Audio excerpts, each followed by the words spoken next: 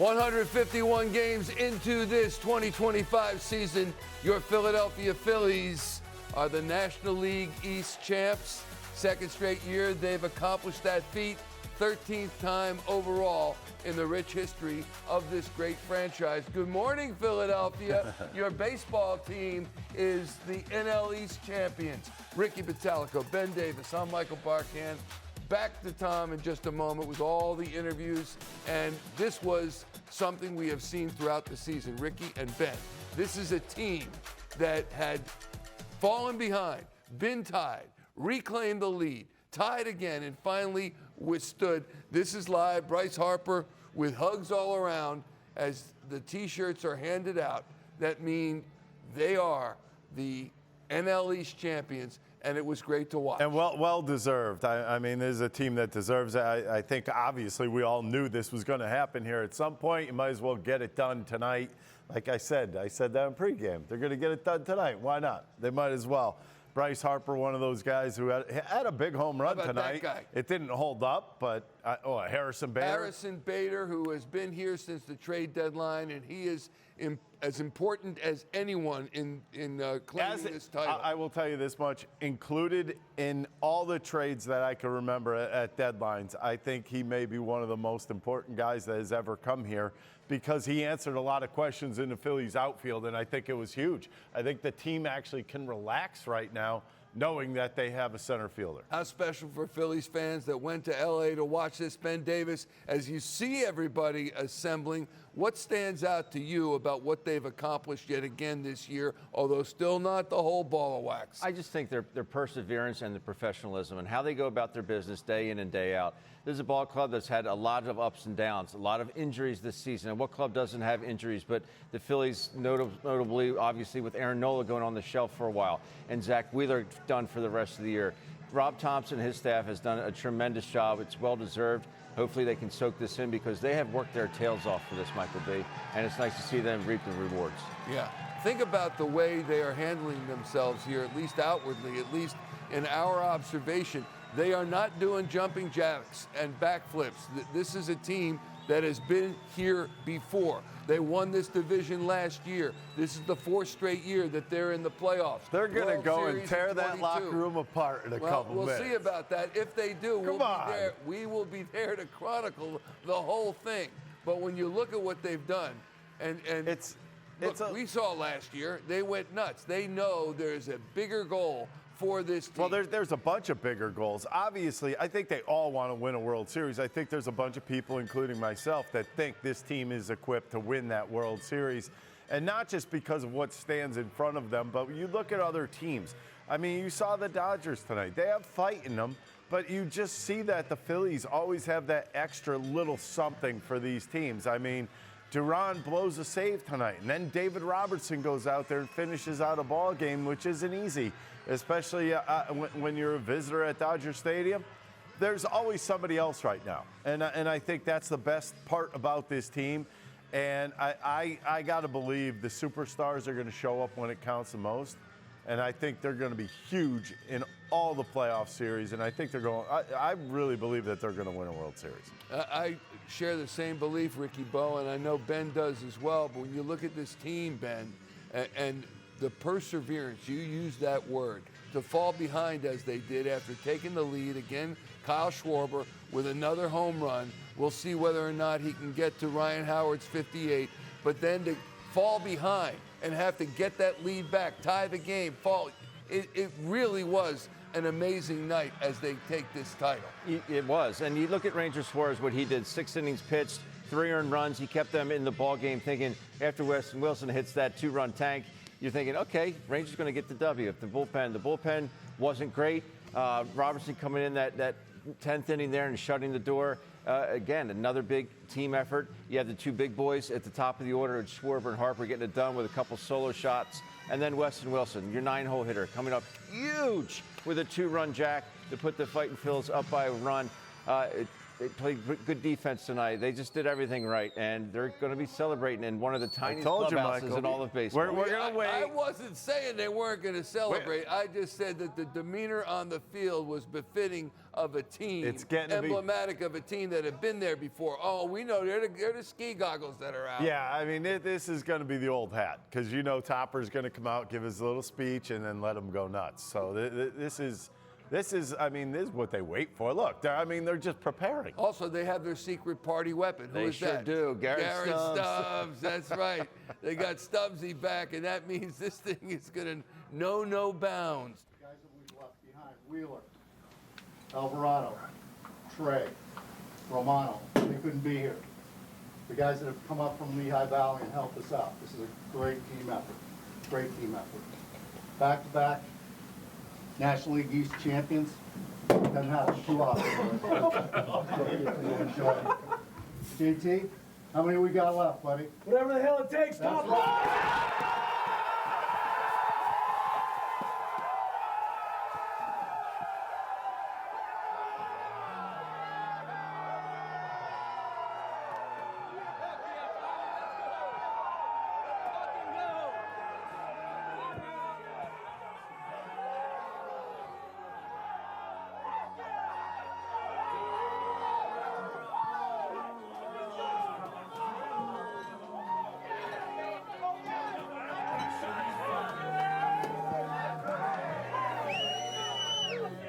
And with that, the top comes off the clubhouse, as you might expect. Rob Thompson gives his toast, as he does when the Phillies get to each milepost of the season.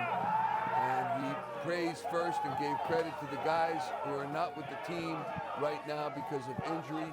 Mentioned Jose Alvarado, mentioned Trey Turner, mentioned Zach Wheeler, mentioned Alec Boehm, mentioned all of them that had helped the team. And then he said, JT, how many we got left? A little pause, however much it takes. And here's what it's going to take. If they get that bye and they take care of the Dodgers as they seem to be, they will need 11 postseason wins so that we can enjoy a parade right down Broad Street. Yeah, that wouldn't That's stink. what they need. I mean, this is what they play for. This is what you play for. And I mean, I thought that was great by Rob bringing up the guys that weren't here, the guys that were injured. But I thought after that, when he was talking about the guys that have come up from Lehigh Valley, because I think they've played a huge part. You look at tonight's game. This game is not won without Weston Wilson hitting a home run in this ballgame. Right. So I mean, it's a little bit of everything. I mean, David Robertson came out of retirement, for crying out loud, to join this team because he thought they had a chance to win the World Series. And obviously, you see Bryce Harper there, a big home run in this one. Schwarber hits a big home run in this one.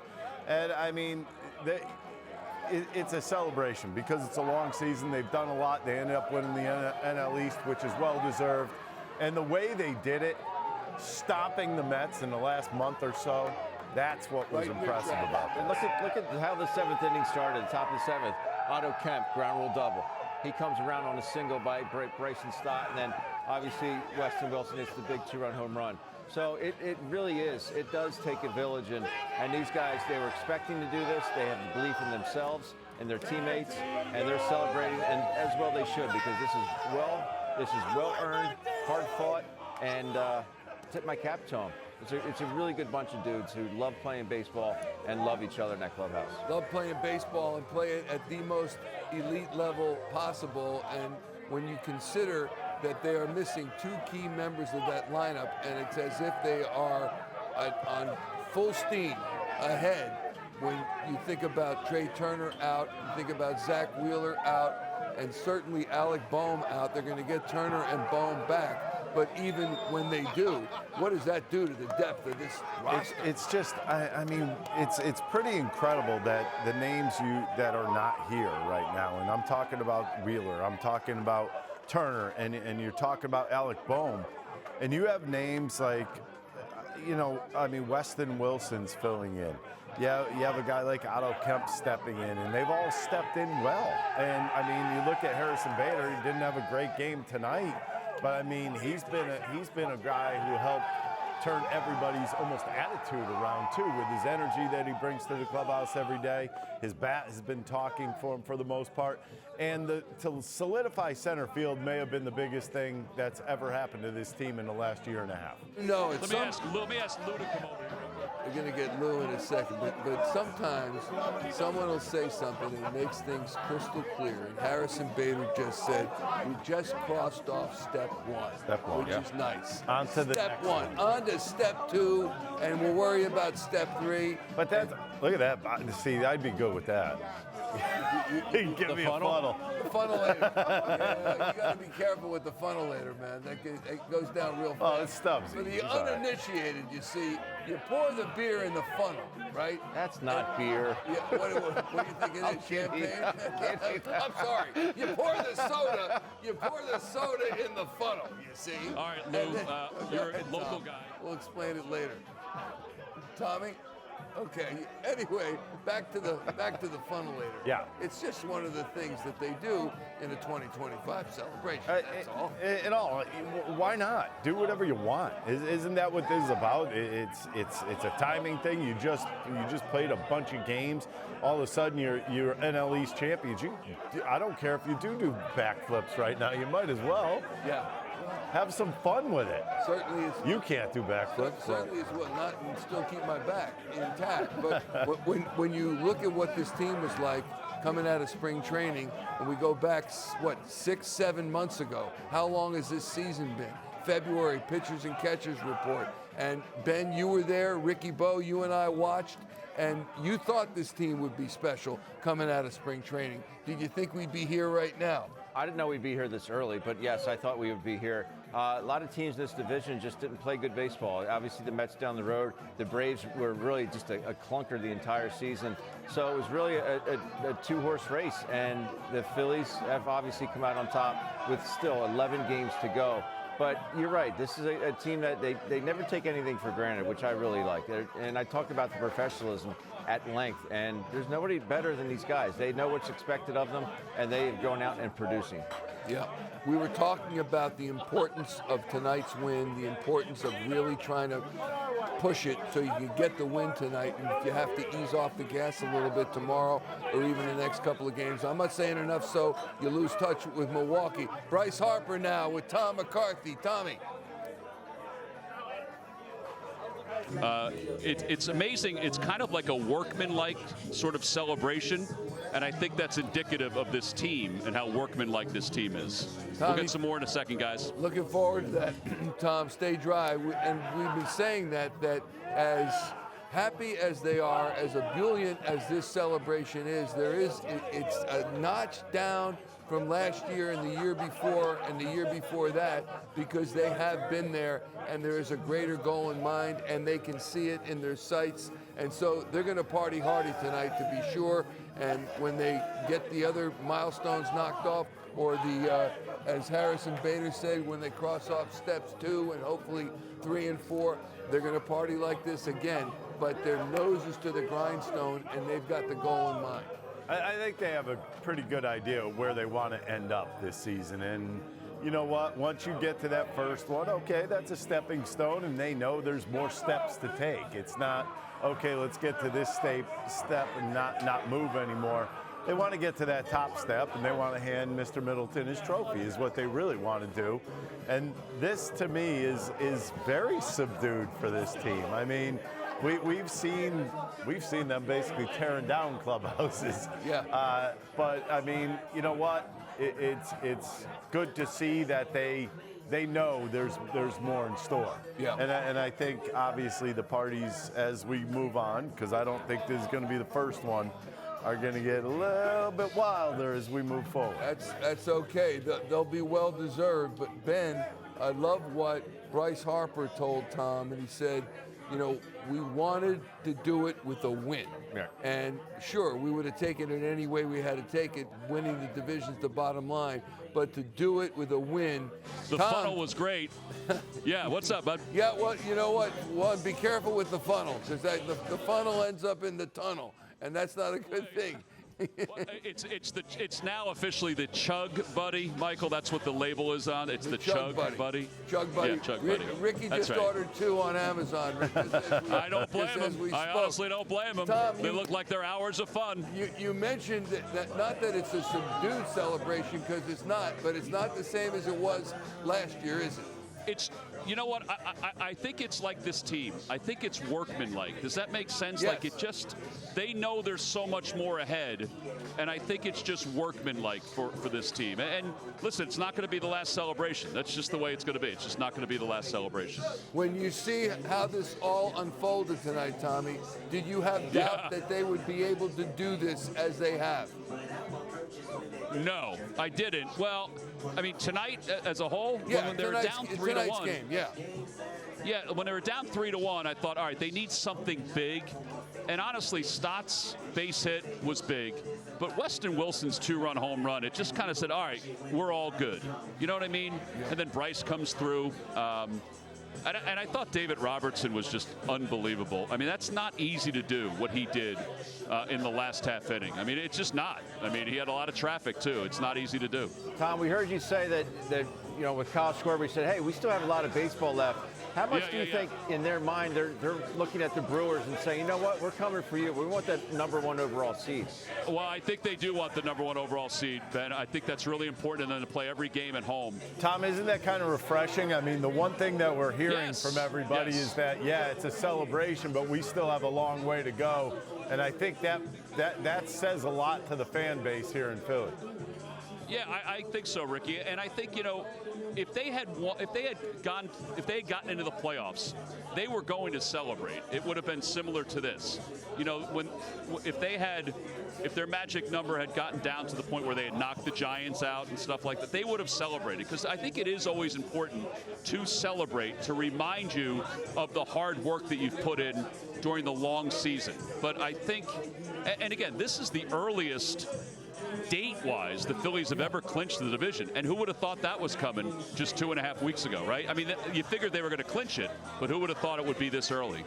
Tom is holding off the Dodgers for the 2 seed and pursuing Milwaukee for the overall #1, and they are now just a game and a half back of Milwaukee, who is idle tonight. Is that enough to keep this team driven, because you got 11 games left before the playoffs? No, I think Michael, I think it is, and I think it's also to make sure that certain guys get certain amount of work. Rob Thompson figures out what he wants his rotation to be. I think all of that is important going into the last 11 days. I think playing as many home games as possible in front of our fans, and I know it sounds pretty simplistic, it's really, really important, because there's no place better. There just isn't.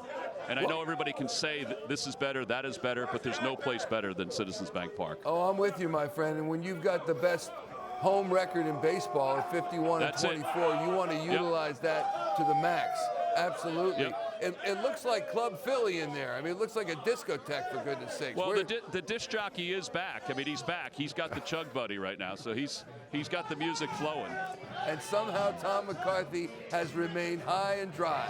Very nice. I actually, my legs are not, but my head is, although I do have a hat on, so it makes it a little more comfortable. You're good. I would think you went into tonight's game. You're good, always, with some preparation, with some method of Michael, I have the same pullover on that I've worn the last 4 years. The same one. I guess I just would ask, why didn't you wear that in March in every game you did? We wouldn't have, we would have clinched in July. Come on, man. All right, buddy. We'll get back to you. I know you got more interviews to do. Thanks so much. Wait, hang on. Ricky's got a question. Okay, we'll get back to Tom. Tom McCarthy doing it as he always does. If he's talking to the players, then that means they have clinched something very special. I didn't see his little partner down there, Tom's little partner. Who's that? Ruben. Little guy. Ruben's out. I'm going to go back to a 3-game series in mid-August, August 18th, 19th, and 20th. They played the now American League West leading champion, or in first place, the Seattle Mariners. Here at CBP, they won 12-7, 6-4, and 11-2. I think that was the turning series of the entire season. It was the best baseball I've seen the Phillies play since 2011. They did everything right in that series against a very good ball club, a very good pitching staff from the Mariners. And it's almost like they found their true identity for this year, Michael. And they continue to play that type of baseball up until now. I know they had a little thing when they went up to Citi Field and got swept. But overall, they played a better brand of baseball. The starting pitching got even better. We didn't think that was going to be possible. The offense has completely turned it around. The base running's been better. The defense has been better. And I think that series was a tipping point for the Phillies in this year. When you look at the scores, you may have just mentioned, if you did, excuse me, but 13-3, 6-5, and 6-0, they lost to the Mets. 3 straight losses that took us to August 27th. And that is when they springboarded ahead. They must have in some way said to each other, no mas, no more. This will not continue because we're too good. Well, they went on. I mean, they've been playing a lot better baseball. I mean, Ben brought up the whole fact of, like, the defense is better. I think the Harrison Bader move, I mean, that was just the tip of the iceberg. And when you think about it, Ben, around that time is when Rob Thompson started playing Bader in center field a lot more. When Bader first came over, he wasn't necessarily getting those reps in center field. It was almost like, all right, he's kind of platooning for the Phillies. Once he settled into center field, I thought that changed something with the Phillies in general. Yeah. Think about this, at the beginning of the season, we had Johan Rojas in center field and, like, confusion everywhere else. And now all of a sudden you got a guy in center field that is your straight-up center fielder, and I think he changed something in the Phillies' attitude when he got over. I agree with you. There was a play, I believe it was yesterday, maybe it was tonight, everything blurs together, but there was a ball hit to center. It was on the cusp of right center, and Castellanos came over, and the vibe was Castellanos was going to take that ball, even though it was Bader's ball. And Bader just said, I got this, and Castellanos peeled off. You know what I'm talking about? I do remember. It was in right center. Yeah. What they have done is no small feat. It is huge when you look at 162 games in a season and playing all that baseball. And I don't know how Rob Thompson has done it, but he has a feel for his guys. He just knows them. I mean, when you think about it, this in general, he's been around this team for a long period of time now. This isn't like 1 year he's been here and doesn't know everybody that he has, all the individuals he has. But the core group, I mean, he's probably buddy-buddy with all of them when you think about it. At this point, I think you might look at a manager as a little differently. The manager is a big part of the whole grouping.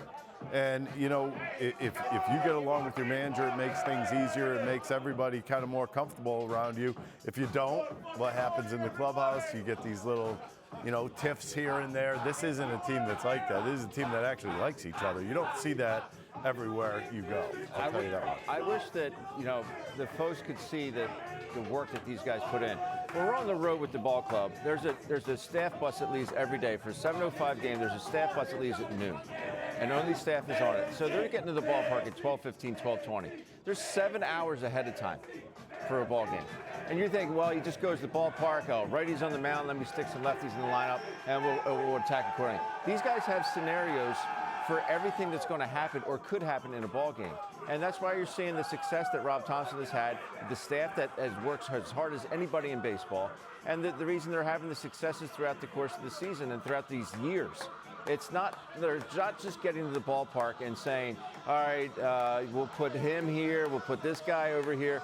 There's so much goes into it, and they're planning for later on in the ball games. Thinking, the other night when he said, why did you bunt there? It was last weekend down in Miami, or 2 weekends ago. Why'd you bunt on the road? He said, I typically wouldn't, but it was a bullpen game for the Marlins, and we had a full bullpen. So we felt we were very encouraged that they were going to run out of bullets down there. We figured we could hang in there enough and go out. That's something I wouldn't even think about. You know what I mean? But these guys have it planned out in motion that they're going to attack that way, and there's a reason he has the record that he has. Yeah. We are back in studio. The clubhouse is officially closed to our cameras, but we're going to give it the same type of effect. Ricky, can you pour this over Ben's head? I don't know if we can use that right now. Really, get into it. Do it, Ricky. Do it. Okay, let's we're going to save. No, that's my water. I need that. We're going to save that when they win the World Series because you ought to see his head. He's got the best hair. Just pops right. Got my helmet on right now. Helmet on now. They clinched the NL East title for the second straight year. 13th title overall in franchise history. And remember, divisional play began in 1969, 13th since then, making their 4th straight postseason appearance, most consecutive postseason appearances since the 5 straight NL East titles from 07 to 2011, which included a world championship and another pennant in 2009. 5.5 games ahead of Los Angeles for the number 2 seed with 11 to play, and just a game and a half behind the Brewers for the number 1 seed. Brewers are idle tonight. Yeah. So they're not getting a 1 tonight. I'd like to see him sneak into that 1. Yeah. Yeah, because it would change the way the picture is for them. How important would that be? It would be huge. And you talked about the numbers, but you heard Kyle Schwarber talk about it. You heard Brandon Marsh talk about it. And, you know, it's if they could get back here and be that ball club here at CBP, it is. They play differently here. The fans react differently. And other teams react differently when they come in here. They said it's 3 hours of hell. And understandably so. It is loud. It's raucous. And some of these teams, some of the players, they cower to that. But the Phillies feed off it. And if they can get that number 1 seed, it would be huge for them. And the fans feed off it. And again, I'll read you the home record, 51 wins and 24 losses. It's the best home record in baseball. They're a great team. I mean, it is a great team, especially at Citizens Bank Park. If you really want to look at it, you come in as a visitor, and it's hell. You come in as a Philly, and it's heaven. Yeah. I think it's that simple. It is that simple. More ahead for you as it's now 2:04 in the morning. This just gets better. Oh, I'm just getting warmed up. Just getting warmed up. You got it? When you look inside the box score and he's batting ninth and he's 1 for 4. What's that? I said you look at it. You look We at are it getting with me. punchy. You do it. And that's his 5th home run. But a guy like him is a guy who can be responsible for you winning a championship because he's a guy who produces when called upon. Again, the batting average is nothing to speak of, but the power when you're down and you need the lead and you're at the opponent's ballpark. In this game, I just feel like he was in the right place, right time. He was in a good opportunity. He worked the count through a 2-0 count. He got a pitch out over the middle of the plate and flat out didn't miss it. That's what it really comes down to. That's what separates a AAA guy from a big leaguer. AAA, you might miss that pitch. You might hit it up in the air for a pop-up or something like that. But in a big situation, you got that pitch out over the middle of the plate, you worked your own count, and you hit it out of the ballpark. Yeah. You walk together forever. Here's Spencer McKercher. He is our digital editor and producer on NBC Sports Philadelphia.com. He's on his way into the office. And this is Citizens Bank Park and the Fanavision screen that Spencer shot on the way in. Very, very safe. How great is that? That's unbelievable. As the Phillies Might want to clean those broadcast- windows, Kurt. Come on, Kurt. His roommate was filming that. Yes. He wasn't doing Yeah, it. it's a good Driving point. the scene. Good point. He dragged his roommate in. There's some photos of the celebration. Kyle Schwarber in mid-douse. The same with Bryce Harper as they all stand there together and celebrate their division title. There's the team photo. The Phillies getting these out quickly. Yeah, they did. At Dodger Stadium, and they have clinched before there.